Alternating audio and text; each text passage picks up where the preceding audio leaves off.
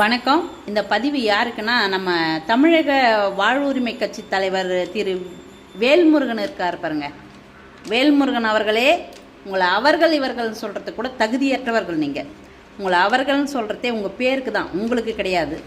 பெண்களை அவ்வளோ கேவலமாய், ரொம்ப கீழ்த்தரமாய், ஒரு ஈனப்பிறவியை விட கேவலமாக பேசியிருக்கீங்க. உங்கள் வீட்டில் பெண் குழந்தையே கிடையாதா? உங்கள் பெண் குழந்தைங்களை நீங்கள் பக்கத்தில் உட்கார வச்சு பேசுனதே கிடையாதா?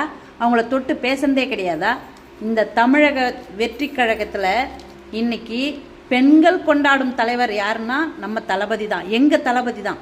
எங்கள் தளபதியை பெண்கள் மற்ற கட்சியிலெல்லாம் பெண்கள் அரசியலுக்கு வர்றதுக்கே யோசிப்பாங்க. இன்னைக்கு தமிழக வெற்றி கழகத்தில் எங்கே எடுத்துக்கினாலும் பெண்கள் முன்னேருந்து எல்லாத்தையும் எடுத்துக்கட்டுன்னு செய்கிறாங்க. உனக்கெல்லாம் எங்கள் தளபதியை பேச தகுதியே கிடையாது.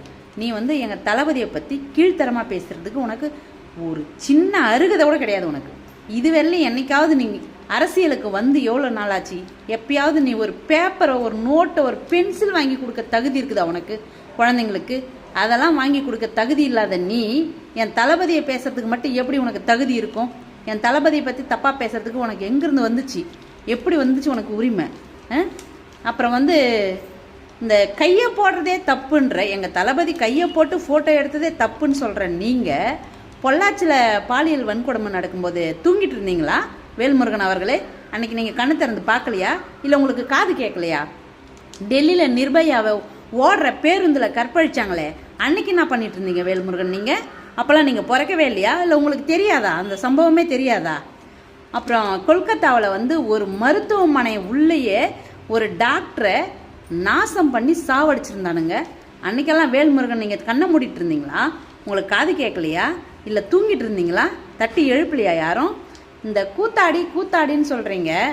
ஆமாங்க, எங்கள் தளபதி கூத்தாடி தான். யார் பார் மேடையில் பேசுகிறவங்கெல்லாம் கூத்தாடின்றீங்க. எங்கள் தளபதி கூத்தாடி தான், நாங்கள் ஒத்துக்கிறோம். ஏன் இதுக்கு முன்னாடி இருந்த எந்த அரசியல் தலைவர்களும் சினிமாவில் நடிச்சுட்டு வரலையா அரசியலுக்கு? இதுக்கு முன்னாடி இருக்கிற எல்லா அரசியல் தலைவர்களும் சினிமாக்குள்ளே போயிட்டு தான் அப்புறம் அரசியலுக்கு வந்தாங்க. உங்களுக்கு தெரியலனா எங்ககிட்ட கேளுங்க, நாங்கள் லிஸ்ட் எடுத்து கொடுக்குறோம். நம்ம எம்ஜிஆர் நடிக்கலையா? அம்மையார் ஜெயலலிதா அம்மா நடிக்கலையா? கலைஞர் நடிக்கலையா? முக ஸ்டாலின் நடிக்கலையா?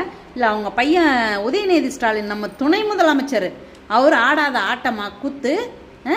குஷ்பு மேடம் நடிக்கலையா? ராதிகா மேடம் நடிக்கலையா? சரத்குமார் நடிக்கலையா? ஏன் நம்ம கமல் சார் நடிக்கலையா? ரஜினி சார் நடிக்கலையா? சீமான் நடிக்கலையா? யாருங்க நடிக்கல? யார் கூத்தாடல? எல்லாருமே நடிச்சுட்டு வந்தவங்க தான். அப்போ அவங்களாம் கூத்தாடியா தெரியலையா உங்களுக்கு? எங்கள் தளபதி மட்டும்தான் கூத்தாடியா தெரியுதா உங்களுக்கு? இங்கே பாருங்கள் வேல்முருகன், நீங்கள்